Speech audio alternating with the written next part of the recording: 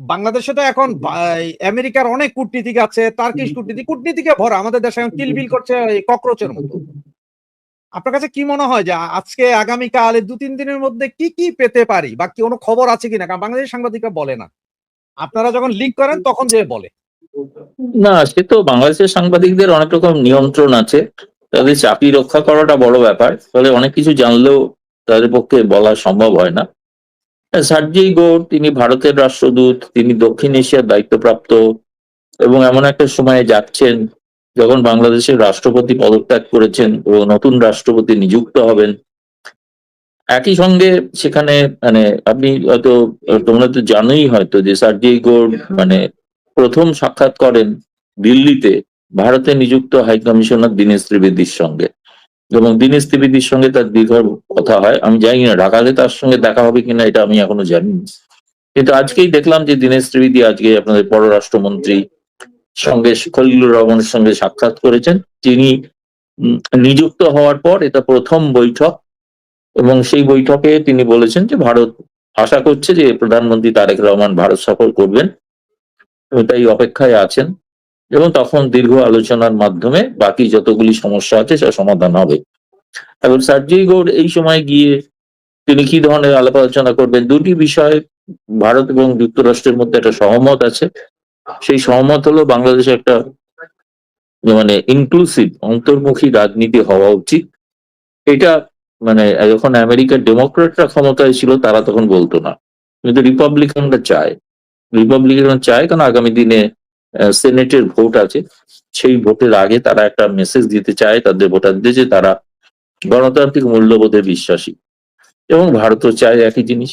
দুজনের সঙ্গে আরো এক সহমত আছে যে চীনের প্রভাব যাতে না বাড়ে বাংলাদেশে। বাংলাদেশে নিযুক্ত আমেরিকার রাষ্ট্রদূত ব্রেন ক্রিস্টেনসন প্রকাশ্যেই বলেছিলেন প্রথমে তিনি দায়িত্ব নেওয়ার পর যে বাংলাদেশকে চীনের অক্ষ থেকে বেরিয়ে আসতে হবে। তারপরেও তারেক রহমান চীনে সফর করেছেন। ফলে এই বিষয়টাকে গোটাটা সার্জেই গোর, যার সঙ্গে ট্রাম্পের সরাসরি যোগাযোগ, ফলে তিনি গোটা বিষয়টা তিনি বুঝতে চাইছেন, এবং শুনেছি তিনি প্রধানমন্ত্রী তারেক রহমানের সঙ্গে বৈঠক করবেন, আরো অনেকের সঙ্গেই বৈঠক করবেন রাজনৈতিক। এখন এই বৈঠকের নির্যাস নিয়ে আগাম অ্যাডভান্স কোনো অগ্রিম খবর এরকম কিছু নেই যে এইটা ঘটতে চলেছে সেটা বলতে পারবো, কারণ এই ধরনের বৈঠকগুলো থেকে যেটা হয় সেটা হচ্ছে কূটনৈতিক ভাষায় অনেক কথা হয়ে থাকে, তো সুনির্দিষ্ট কিছু হ্যাঁ বা এরকম কিছু ব্যাপার নয়। কিন্তু সেই কথাগুলো থেকে তারা তো নিশ্চয়ই সাংবাদিকদের সঙ্গে মিলিত হবেন, প্রকাশ্যে বলবেন, আমেরিকান দূতাবাস থেকে জানানো হবে। আমি শুনেছি ওখানে আরো সুশীল সমাজ আরো অনেকের সঙ্গে মিলিত হবে। ফলে সেইটা দেখার অপেক্ষায় আছি, মানে এই ব্যাপারে আগাম আমি কোনো ভবিষ্যৎবাণী করতে পারছি না যে কি হতে পারে। যেটা হতে পারে সেটা হচ্ছে বাংলাদেশে আমেরিকার স্বার্থ যেন ক্ষুণ্ণ না হয়, এটা তো প্রধান দিক, এবং সেই স্বার্থ ক্ষুণ্ণ হওয়ার ক্ষেত্রে প্রধান প্রতিবন্ধকতা চীন।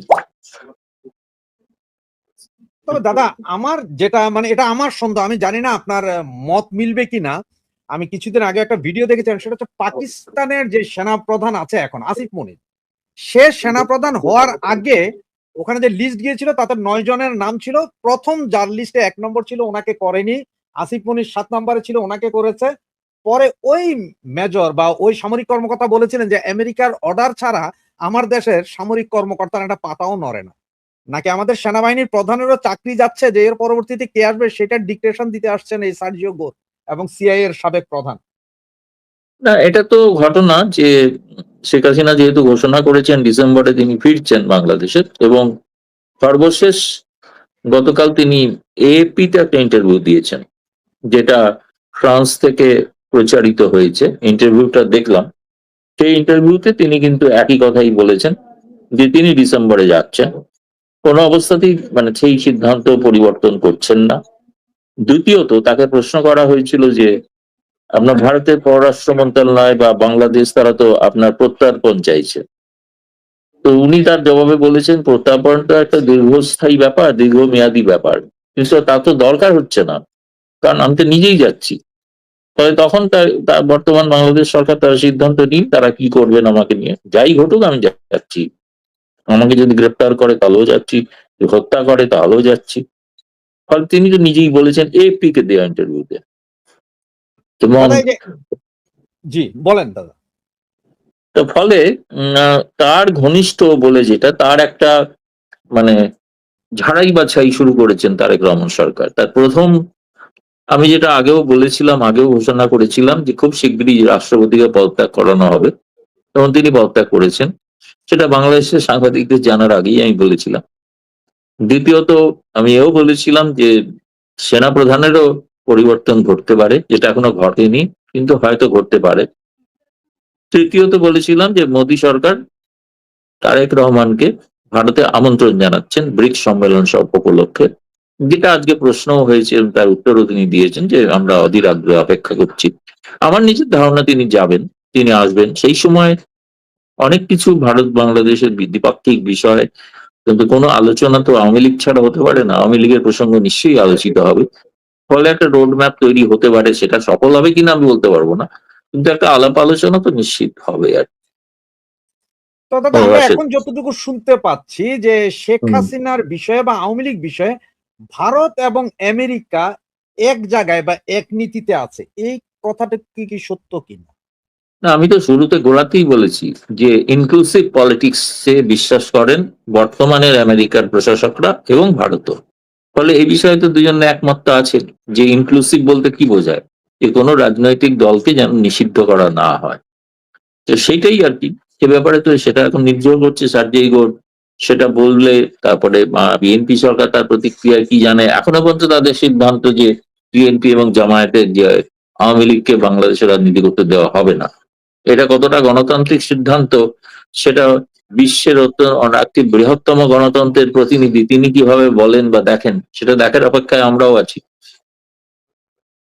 তারেক রহমানকে তো ব্রিক্সে দাওয়াত দেওয়া হয়েছে, ওনাকে আসতে, হ্যাঁ, কিন্তু উনি এখন পর্যন্ত দেন না। এটা কি কোনো টাইম লিমিট আছে যে এতদিনের ভিতরে বলতে হবে বা অ্যাকসেপ্ট করতে হবে, নাকি না, শেষ মুহূর্তে যাইতে চাইলেও হবে?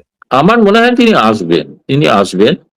এবং তিনি আসার কোনো সিদ্ধান্ত নেননি বলে যেসব খবর বেরোচ্ছে সেগুলো কাউকে কাউকে সন্তুষ্ট করার জন্য বেরোচ্ছে, কিন্তু তিনি আসবেন।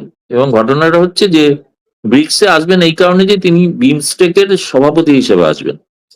বিমস্টেকের সভাপতি হিসেবে তাকে আমন্ত্রণ জানানো হয়েছে, এবং সেই আমন্ত্রণে বলাও হয়েছে যে নরেন্দ্র মোদী তার সঙ্গে পৃথক দ্বিপাক্ষিক বৈঠকও করবেন। এবং এটা একটা সময়সীমা তো অবশ্যই থাকে শেষ, কিন্তু রাষ্ট্রপ্রধান তারা যে কোনো সময় সিদ্ধান্ত নিতে পারেন। কারণ তার আগে দেখতে হয় যে তিনি যদি ভারতে আসেন তাহলে ভারতে তার একটা প্রস্তুতি থাকা দরকার, কি কি বিষয়ে আলাপ আলোচনা করবেন। এই প্রসঙ্গে বলে রাখি, ব্রিক্স এর কিন্তু মিডিয়ার জন্য অ্যাক্রিডিটেশন শুরু হয়ে গেছে, এবং 31শে আগস্ট হচ্ছে শেষ তারিখ। যারা মিডিয়ার থেকে আসতে চান বা কভার করতে চান, তাদের বলা হয়েছে আগামী 31শে আগস্টের মধ্যে তারা তাদের আবেদন পত্র পাঠাতে হবে তাদের ওয়েবসাইটের মাধ্যমে। আর এটা তো জানেন যে সম্মেলনটা 11-12 সেপ্টেম্বর, দুদিনের। জি। আচ্ছা দাদা, এই সম্মেলনে উনি যদি যান, সাইড লাইনে যখন বা সরাসরি যখন নরেন্দ্র মোদীজির সাথে কথা হবেন, আপনার কি মনে হয় না তখন আওয়ামী লীগ বা শেখ হাসিনার বিষয়ে কথা হবে, নাকি এগুলোকে না, বাদ দিয়ে কথা আমি হবে? তো বলছি এগুলো বাদ দিয়ে তো কথা হওয়ার কিছু নেই। সেই কথাগুলো প্রকাশ্যে বলা হবে না, কিন্তু কথা তো হতেই হবে। কারণ যেহেতু শেখ হাসিনা বলেছেন ফিরবেন, এবং সেখানে যাতে তিনি নিরাপদে ফিরতে পারেন, সে বিষয়ে তো ভারত চাইবে সেটা তারেক রহমান সরকারকে বলা। তারপরে সেটা তারেক রহমান সরকারের সিদ্ধান্ত, তারা কিভাবে সিদ্ধান্ত নেবেন, কিন্তু দাদা আলোচনা হবে। আজকের আলোচনা শুধু পত্রিকা এদের নয়, জি ভারতের সঙ্গে প্রধানমন্ত্রী মোদীর যখন শি জিনপিং ভ্লাদিমির পুতিনেরও সাক্ষাৎ হবে, এই দুটি রাষ্ট্রেরও বাংলাদেশে তাদের স্বার্থ জড়িত। ফলে ভারত চাইবে যে এদের মাধ্যমেও একটা মত প্রকাশ করানো, যে তারা কি বলেন এই বিষয়টা, এটা দেখার বিষয় আছে। দাদা, আজকে বাংলাদেশের পত্রিকাতে একটা নিউজ আছে, সেটা হচ্ছে যে আপনার এই রাশিয়া বাংলাদেশের সাথে সমস্ত ব্যবসা বাণিজ্যের পেমেন্ট চাচ্ছে ইন্ডিয়ান রুপিতে। এটার কারণটা কি হঠাৎ করে? এটার কারণ হচ্ছে বাংলাদেশে যেহেতু মানে মুদ্রা স্থিতিশীল নয়, ভারতে যাই হোক মোটামুটি একটা স্থিতিশীল আছে। সেই কারণেই সেটাতে হলে ভারতীয়, আর তাছাড়া ভারতের সঙ্গে রাশিয়ারও যে বিনিময় হয়ে থাকে বাণিজ্যিক, সেক্ষেত্রে রুপি রুবলে হয়ে থাকে, তাতে অনেক কিছু হিসাব নিকাশ করতে সুবিধা আর কি। আমার মনে হয় বাণিজ্যিক সুবিধার স্বার্থে সেটা বলা হয়েছে। এখন বাংলাদেশ সরকার কি সিদ্ধান্ত নেবেন সেটা ঠিক না, এমনকি এখনো পর্যন্ত ভারত সরকারও কিন্তু কিছু মতামত জানায়নি প্রকাশ্যে। এটা আমরা পরে জানতে চেষ্টা করব এবং তখন জানবো যে এটা ভারত এই ব্যাপারে বাংলাদেশের সঙ্গে যে বাণিজ্য সেটা তারা ভারতীয় রুপিতে নেবেন কিনা, নিয়ে তাদের আবার পাঠাতে হবে রাশিয়াকে। সুতরাং এই মানে আর্থিক বিষয়ের লেনদেনটা সম্পর্কে স্পষ্টত এখনো কোনো ঘোষণা নেই, কিন্তু রাশিয়া চেয়েছে বলে বাংলাদেশের সংবাদ মাধ্যমে গণমাধ্যমে প্রকাশিত হয়েছে এবং এটা আমাদের পররাষ্ট্র মন্ত্রণালয় বিষয়টি সম্পর্কে অবহিত আছেন। তারা জানতে পেরেছেন যে এরকম একটা রাশিয়া দাবি করেছে, কিন্তু সেটা কি হবে সেটা এখনো ঠিক হয়নি। দাদা, সার্জিও ঘোর আসছেন বাংলাদেশে, উনি আসবেন বা আমেরিকান অ্যাম্বাসেডর বাংলাদেশ আছে, এটার সাথে আপনার সিআইএ এর সাবেক প্রধান সহ আরো এত ডিপ্লোমেটের কারণটা কি? সাবেক প্রধান তো আর কোনো ডিপ্লোমেট না বা কিছু না। না, বাংলাদেশে তো এরকম অনেক সময়তেই এরা ঘোরাফেরা করেন এবং আসেন, খুব রহস্যজনক ভাবে কারো কারো আবার মৃত্যু হয়ে যায় হোটেলে। জি, এটা জি। জানি না কি ব্যাপার, আশা করি ইনি সুস্থ সবল থাকবেন এবং তিনি নিশ্চয়ই এ সময় এসছেন কোনো একটা কার্যকারণ থাকতে পারে, যোগসূত্র, যে কারণ সিআইএ এর তরফ থেকে তো অনেক বেশি তারা গোপন সংবাদ দিতে পারে। একটা জিনিস তো ঘটনা না যে বাংলাদেশের মানে প্রাক্তন প্রধানমন্ত্রী শেখ হাসিনা সম্পর্কে আর পশ্চিমা গণমাধ্যম মানে সাক্ষাৎকার নিতে উদ্গ্রীব। ফলে তারা তাদের আগে তো তারা নিতেন না, এখন নিচ্ছেন, মানে তাদের আগ্রহ বেড়েছে অনেক বেশি। মানে সমস্ত বিষয়টা পর্যালোচনার জন্য হয়তো গোয়েন্দা সূত্র তাদেরকে সাহায্য করতে পারেন আলাপ আলোচনা, এটাই বলতে পারি, এর বেশি তো জানি না কিছু। না দাদা, ওই যে বাংলাদেশে যারা বিদেশিরা মারা যায় এটা আসলে আপনি যদিও না বুঝেন, আমি বুঝি কি জানেন? ওই যে আমরা যখন ২, ৪, ৫ বছর পর দেশে যাই না? তখন ওখানকার পানি, ওখানকার খাবার খেলে আমাদেরই ডায়রিয়া হয়ে যায়, হসপিটালাইজড হইতে হয়। হয়তো ওনারা বেশি খেয়ে ফেলেন যার কারণে হয়তো মারাও যেতে পারেন। এটা আমরা পরিবার নিয়ে গেলে আমরা বুঝি যে আমি ফ্রেশ জানি ফুড না এখানে খেয়ে পাঁচ বাংলাদেশে তারা পাঁচ তারা হোটেলের খাবার এত খারাপ বাংলাদেশে, এটা তো জানা ছিল না। দাদা, আমার এখনকার যে প্রশ্নটা একটু লম্বা হবে, তবে আপনি যদি একটু ধৈর্য ধরে শুনেন তাহলে হয়তো হুম, জবাবটা দিতে পারবেন। হুম, আজকে ১ সপ্তাহ ধরে জামাতের এমপি নেতাদের বিভিন্ন নারী ঘটিত কেলেঙ্কারি সয়লাব ফেসবুক এবং বাংলাদেশে। এর ভিতরে ন্যাশনাল কমেডি পার্টি যেটা আছে এনসিপি, তারা গতকালকে সিলেটে পাবলিক মাইট দিয়েছে, আজকে চট্টগ্রামে মাইট দিয়েছে, আজকে আবার তারা মিছিল করতে গিয়ে সিলেটে পুলিশের ব্যাপক বাধার সম্মুখীন হয়েছে। এর ভিতরে বীর মুক্তিযোদ্ধা লতিফ সিদ্দিকীকে কোনো মামলা না থাকার পরও গ্রেফতার করা হয়েছে। সব বিষয়টা নিয়ে আপনি কি বুঝছেন? যে এটা কি কোনো আবার কোনো ককরোচ পার্টির মতো কোনো আন্দোলনের কোনো ইয়ে কি না?